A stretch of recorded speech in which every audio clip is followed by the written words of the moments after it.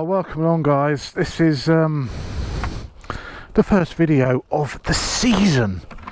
The first video of the season. The sun is shining. The roads are dry, mostly. And we've come out on the only bike I want to ride. It's my Husqvarna 701. I've done about 7 or 8 different mods to this bike. I've got a top 5. My top 5 Chops' recommendations to your Supermoto.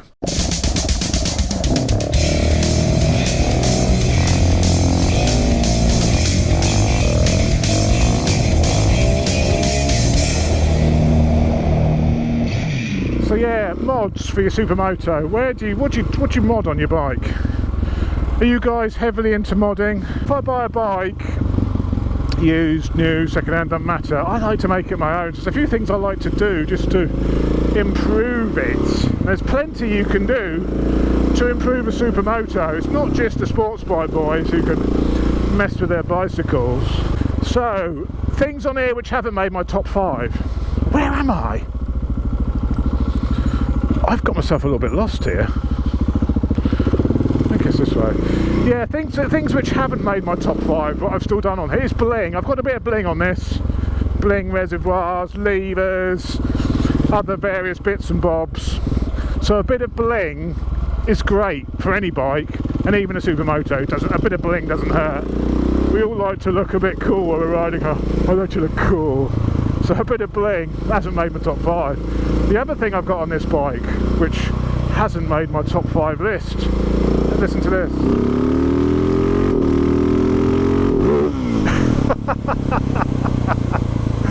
That's why it hasn't made my top 5 list, because it does that. Hang on.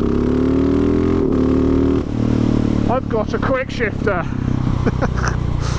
I've got a quick shifter on this. I've got a Hilltech quick shifter on this bad boy.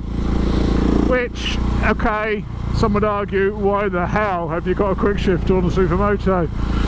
I'm going to do some track days on this, so it'll help with the old pullaways. And I'm taking on the sports bikes. Here we go, look.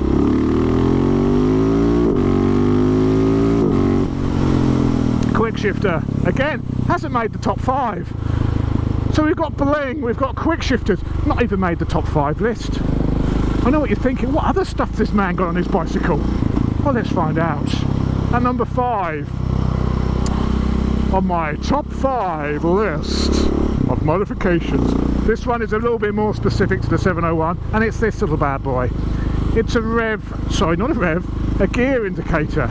I find it really handy for this is if I want to try a wheelie or I want to do a third gear wheelie. Let's check I'm in third. Some people will argue you should know what gear your bike's in anyway, don't need an indicator to tell you. But I just find it's easy just to know it's in third, and you can just do it without having to worry. That was a shit wheelie. So yeah, gear indicator, I find it very useful. So that's number 5 on my list.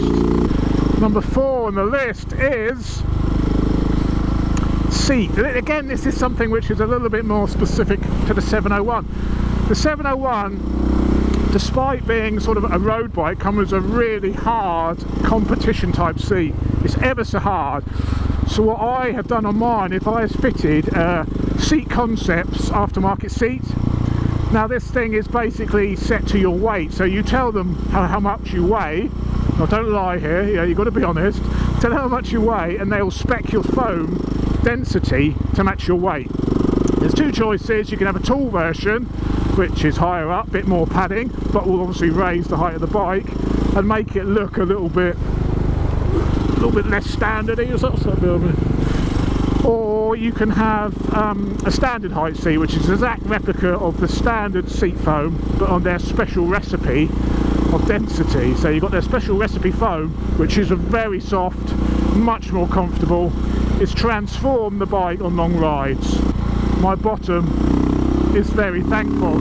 So that's number 4? Yeah, that's number 4, Seat Concepts aftermarket seat. Other seats are available. Number 3. Now this is something which is recommended for any bike really, but especially for Supermotos due to the very nature of the dicking aroundness of them, and that is crash protection. I have R&G crash protection on this. Heard of those guys? Heard of those people? Well, I've got the frame protectors, I've also got the front wheel spool, fork spools, and the rear swinging arm spools as well. My camera stopped working on mine. Highly recommended. I was really impressed. Oh, this is sounding like a bloody advert, but it's not. I was really impressed with the quality of the spool kit. I was a little bit reluctant to do it because I didn't want to have to drill out all my nuts and stuff to make holes to run the bar through. But these actually come with extra nuts, all pre-drilled, and all the spacers. It's fantastic. They are quite expensive. I think it's about 50 quid an end, but you can see why. The kit is really well put together. So that is number 3, crash protection. Number 2, again, this is the big, getting exciting now. It's actually getting exciting now. We're getting down to the top 2, and I've also noticed my fuel lights on, and I don't know how long that's been on for, so let's hope we can make a petrol station. Oh god. So number 2 and my top 5 is a power commander. Now, power commanders are very well known within sports bike circles. I suspect 50% of the bikes out there have actually got one fitted. But when it comes to supermotos, when it comes to off-road sort of dirt bikes, enduros, people don't really think power commander. And after having one on this, that's a real shame. The benefits, fell off the peg, the benefits it will give you, well, on this, combined with an air filter cover, a more free-flowing air filter cover, actually unleashes 25% more torque and 25% more power below 6,000 revs. So below 6,000 revs, you've got a whacking great kick of power and torque. When you get to the top end, yeah, you get an extra brake horsepower. Doesn't really make any difference. But it's not just the power and torque with this, it is the rideability. This bike, these from the factory are quite, it's not great, the throttle response. It's a bit on off, it's a little bit hesitant. The power commander transforms it. It makes it so smooth, it makes it feel instant. If it doesn't feel like you've got a ride-by-wire bike, it feels like you're on an old-fashioned cable. It is that direct. And below 4 grand, because of Euro 4, these things are mapped so lean below 4 grand to meet emissions that bypassing the lambda sensor, which is what you get as part of the kit, you can have a proper map for below 4 grand with a proper amount of fuel. So you're not got a bike which is very hesitant because it's too lean, basically. So top 2 on my list is a power commander. Fantastic bit of kit. I'd recommend one for any supermoto, to be honest, providing they obviously do one. But 690, 701, it's a must for me. I'd always have to have one now. So now we're getting down to the exciting stuff now. We're getting down to number 1, the number 1 mod for a supermoto. What's your guesses? Suspension, smaller gearing.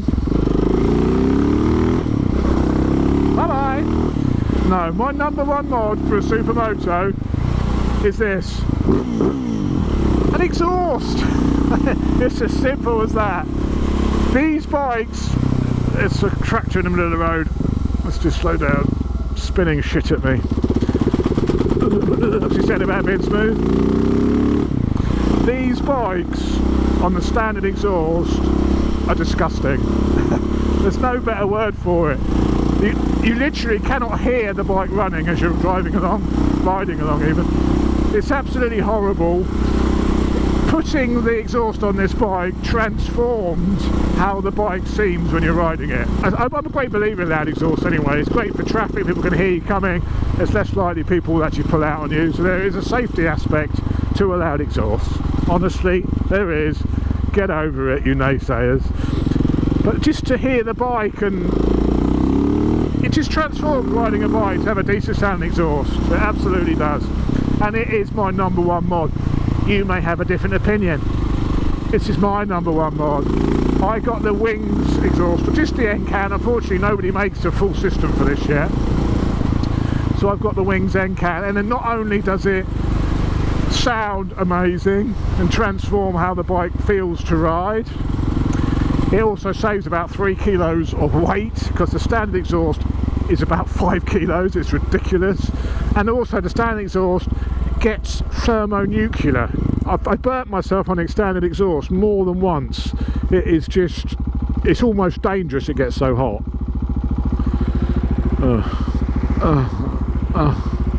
Come on. So there we go, that is my top 5 mods for a Supermoto.